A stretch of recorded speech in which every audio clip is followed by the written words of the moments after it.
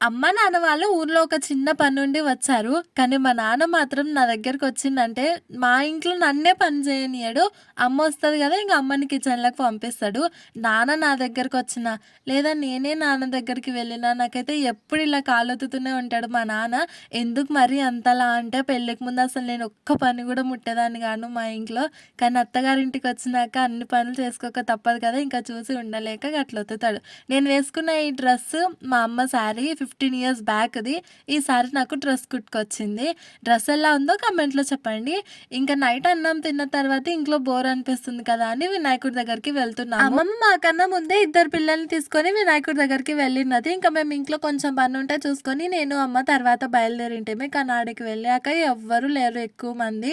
ఇంకా ఆడుండి ఏం చేస్తాంలే ఎవరు డాన్సులు కూడా చేయట్లేదు కదా అని ఇంక ఇంటికైతే బయలుదేరినాము. నిజంగా ఇద్దరు ఆడపిల్లలుంటే తల్లిదండ్రుల ప్రేమ అసలు ఎంతో బావుంటది కదా! ఇంకా అందులో నేను చిన్న కూతురిని. మా నాన్న ప్రేమలు, మా నాన్న గారాబాలు వాయబ్బో! ఇంక చెప్పక్కర్లేదు. నాకు తెలిసి మీ ఇంట్లో కూడా ఇలానే ఉండొచ్చు. నచ్చితే లైక్ చేయండి. సబ్స్క్రైబ్